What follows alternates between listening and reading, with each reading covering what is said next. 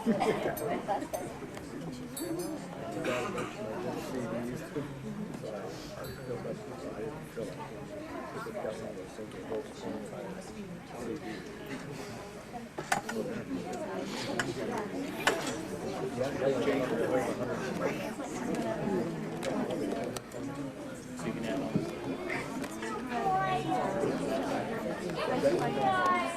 the next scene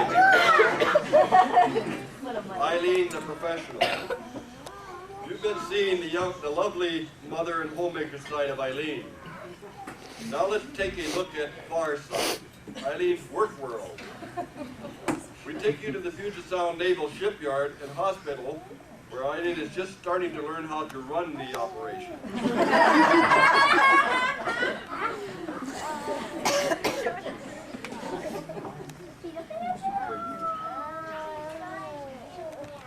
The first scene is at the officer's desk. Naval officers, $1,000,000 egos with 10-cent problems. Miss Kelly, this is a crisis. I was decorated for surviving the Christmas rush at the Naval Exchange.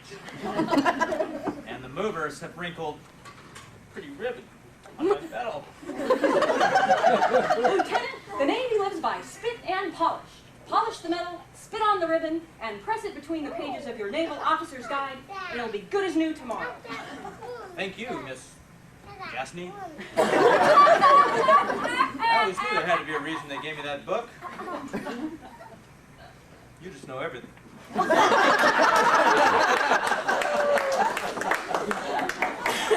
Oh no! It's Thelma, my boss!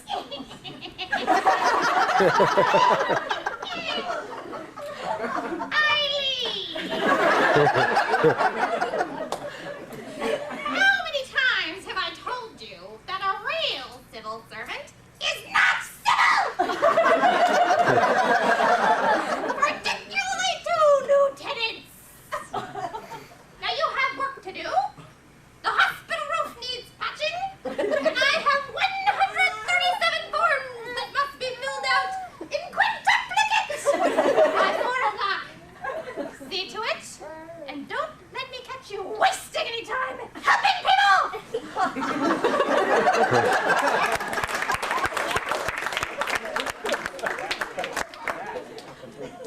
I wonder if the church has corporal works of torture to balance the corporal works of mercy. Thelma inspires me to find out. But maybe my real future is in medical records. I'd love a job there. But this is huge. What if I don't know everything the first day? What if I misspell a word? What if I can't build a dictaphone from loose parts? The choice is between one more day of Thelma or the rest of my life in infamy because I misspell Oriangapalach supercalifragilistic. I go for the infamy! Fishbein. In this narrative, you describe the patient as having conjunctivitis, and yet you prescribe Dr. Scholl's foot powder. Well, Did I misunderstand? I think so, because my physician's desk reference says it reduces inflammation. I guess it just didn't say which end to use it on. Is that wrong? Nah, you don't hurt him too much. And actually, pink eye goes away by itself. So when he quits using it, his eyes will feel a lot better, and he'll think you cured it. But let this be a lesson to you. Don't just go around prescribing stuff without my okay. When I smile, you're doing great. When one eyebrow goes up, think again. And when both go up, call me immediately and I'll tell you what to do. Thanks, Eileen. You always have a most practical perspective. You're welcome, Dr. Fishbein. I remember when I was 22 and how much I appreciated a little advice.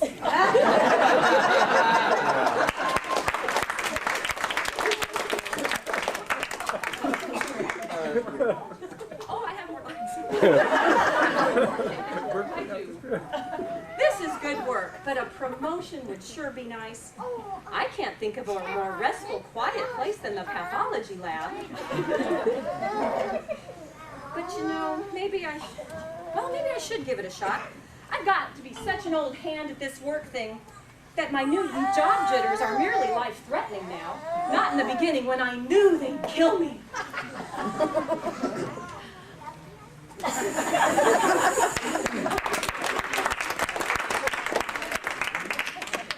Now we move to the pathology lab.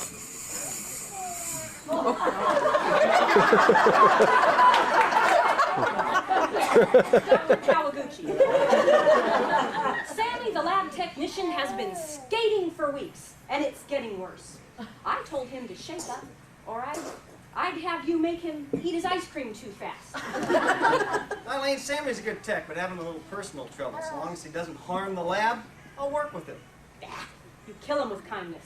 You could put the devil himself on a guilt trip. By the way, I saw in the paper this morning there's a flour shortage in the Northwest. I guess that means you're building another one of your banana cakes for the lab? I've noticed that quite a few of your cake customers wind up in the emergency room upstairs. But at least none of them are showing up down here yet. And none will either. I've made this one low calorie. I think it'll be slightly fewer calories than the Chicago fire. How's that for caring? I do, however, have a transportation problem you might help with. The cake. I've been thinking of that. We promised the Admiral a corner piece. I think if we can get him to move the Missouri out of the dry dock 4, we'll take it down to the coal dock, barge it into the dry dock, and winch it up the hill to the hospital. Doctor, you exaggerate. An 18-wheeler with a hydraulic lift will suffice. It's just a medium-sized cake this time. The fleet isn't in. Okay, an 18-wheeler it is. Now back to business. How are preparations coming for the tumor registry and the registrars? Doctor, you must understand, since I haven't done it before, I can't do it.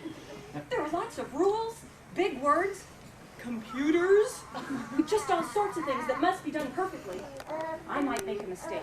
We better give up the project. Eileen, establishing a registry is important to patients, our hospital, Navy, and the practice of medicine.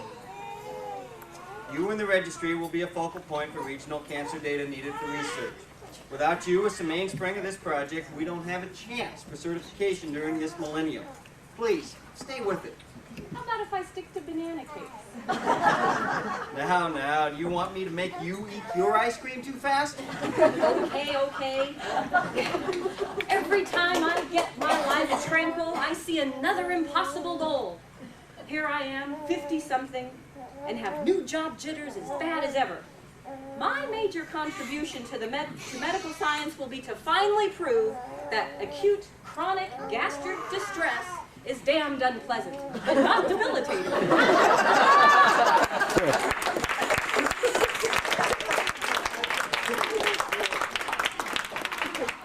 And now we move on to tumor registry.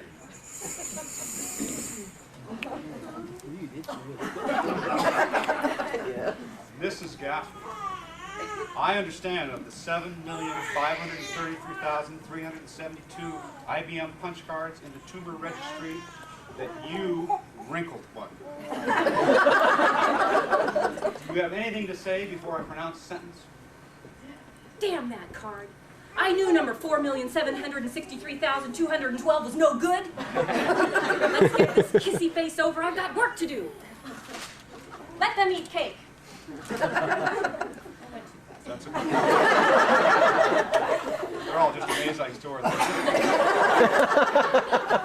Then, for outstanding effort and dedication to the tumor registry project, I sentence you to the admiration and respect of your fellow professionals and order you to accept the gratitude and honor of your shipmates. I congratulate you on your personal achievement in qualifying as tumor board registrar and leading the project to unqualified success. Please say a few words now. Let's get this kissy face over with. I've got work to do. Let them eat cake.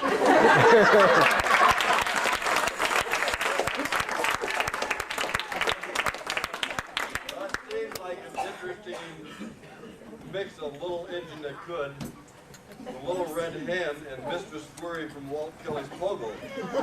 Well, we've seen good little bedroom moms and workplace professionals.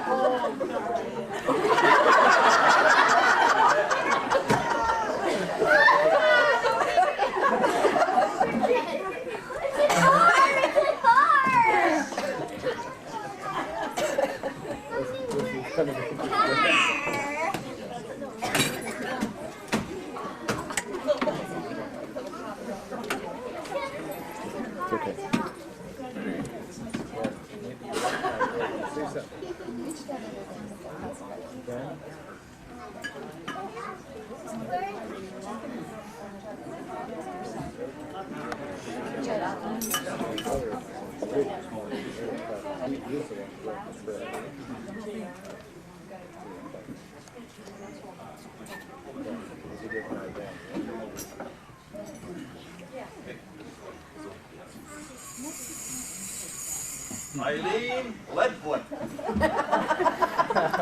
Now the dark side.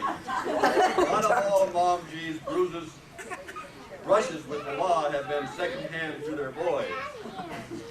Who shall remain nameless? She has had several starring roles herself. Lest it be thought that we were trying to hide these events, we choose to empty the skeletons from the closet and make a clean breast of things. Ms. Gaffney! Are you familiar with Miranda? Why, yes, she's in the ESL class I teach. No!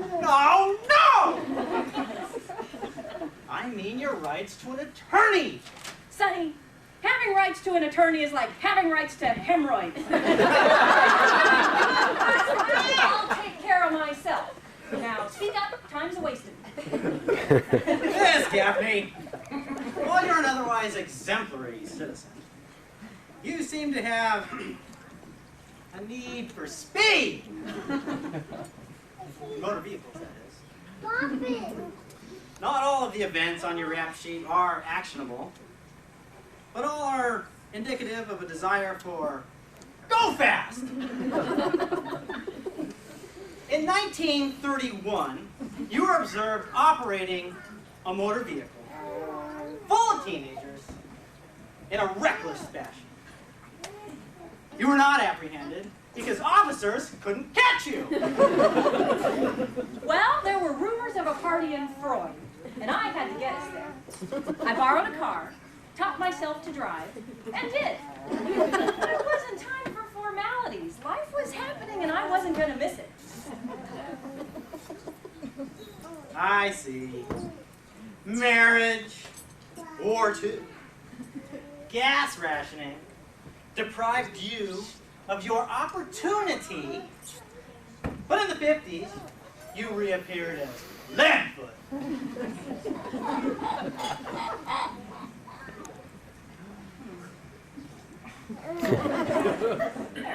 Well, I had lots to do.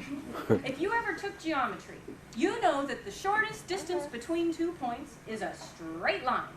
I just added speed shifting and keeping the pedal to the metal to the theorem. In those years, our undercover traffic officers reported you saying things like, "I'll suck them through the carburetor." Or, "When I hit second gear, they'll think they stopped." Oh, I liked it, and I was good at it. Those kids, they just thought they were. You were observed several times at the stoplight at the Blue Moon Tavern, seeking speed contests. Well, they were nice boys, and they were proud of their cars, but I just had to dust them. I thought of it as building their characters. After one such event, a traffic officer pursued you to your home. but was unable to cite you because he couldn't catch you. The record shows that you referred to the event as chicken shit.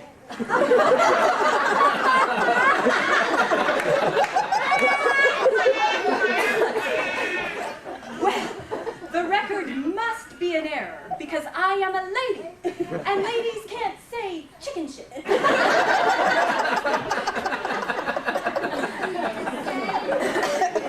When I put the new engine in the 41 Chev, it went pretty good. The officer was probably just complaining about the quality of his vehicle. The 41 Chev became more observable with the addition of dual carburetors, dual exhausts, red paint, lowering, and other vehicle code violations. My son Johnny fixed that car. He needed a project. Besides, if I could suck him through one carburetor, just think how easy it would be to suck him through two. Almost not a challenge, really, and an opportunity to teach humility and mechanics to a lot of fine young boys. My Christian duty. And besides, my brother Chucky put the dual carbs on there, and he is a pillar of the community. The red Chevy was pretty noticeable, so you went underground with the gray Ghost. Our records show you reappeared in a Plymouth Fury. Now, ma'am, what possessed you to indulge your inclinations with a muscle car? My son Bill bought that car for me. It was a good value, good tires, good brakes. Looked nice, and it would really go. So a bunch more young men got lessons. Don't mess with the lady in the Fury. I miss speed shifting, but the automatic was quicker. You have to change with the times, Sonny. Blue boys never got me in the Fury. That's true, ma'am. But not because we didn't want to. Hey, don't make me out to be public enemy number one. I never hurt anybody or wrinkled a fender. Now your record is clear and you're right. I was just curious. Cars are just one way. I haven't been able to get in the fast lane very often. But I like it, and I'm at home there. Remember this as you grow up. Life is always duty. It is occasionally beauty.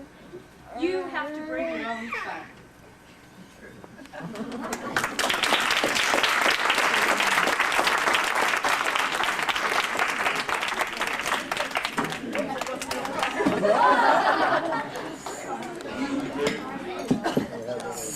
Thank you very much. This really concludes the skit. And at this time, I'm pleased, well, actually, I've been told I had to introduce Uncle Bob. He has a few words.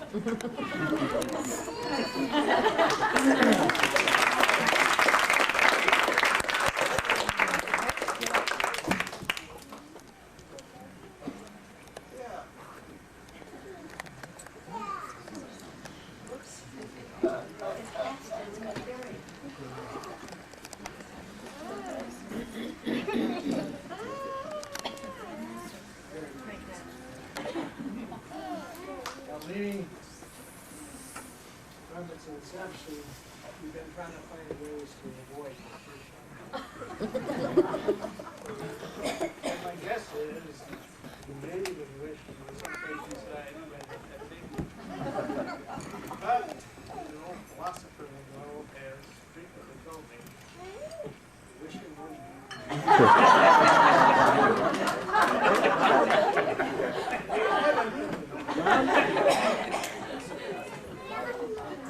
You didn't miss these things, because perhaps more than you needed to hear it, we needed to tell you how very much we love you. I'll let you know how significant you are and what has happened. With your straightforward approach to life and your compassion, you've excelled as daughter, sister, wife, mother, and thus many more of us death to come. Grandmother, great grandmother, aunt, godmother, but in every instance, spiritual counselor, moral counselor, a counselor of uncommon kindness, certainly a great counselor of complications. You're going to be 80 years old next Thursday. You saw the movie. And that's not a bad start. But how fortunate this extended family to know you, to have learned from you, and to love you.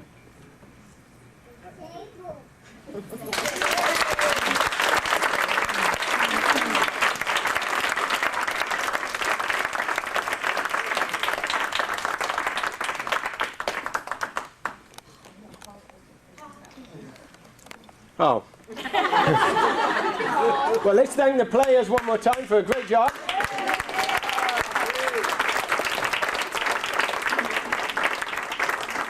And let's raise our glasses and our bottles and let's sing Grandma a happy birthday, okay? Yeah. 1, 2, 3.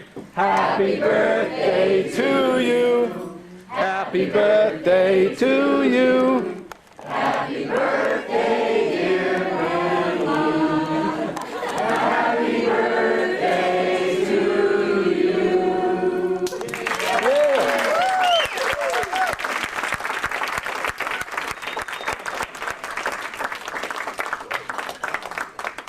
Thank you all very much. You honor me, and I appreciate it.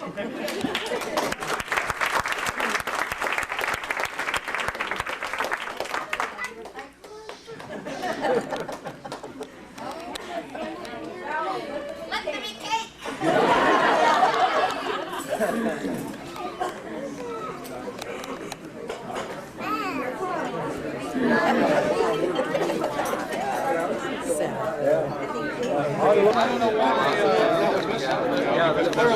Clearly, he's looking out for his own. The script had some blank spots. We'll get him later. Yeah, the script had a few blank spots. Yeah, well, that's about the same as my brother had.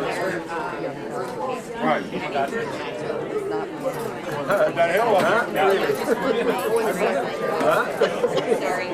I know that.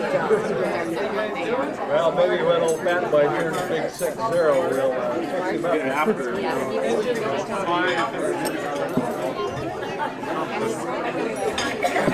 I'm not sure that there's a damn thing in that thing.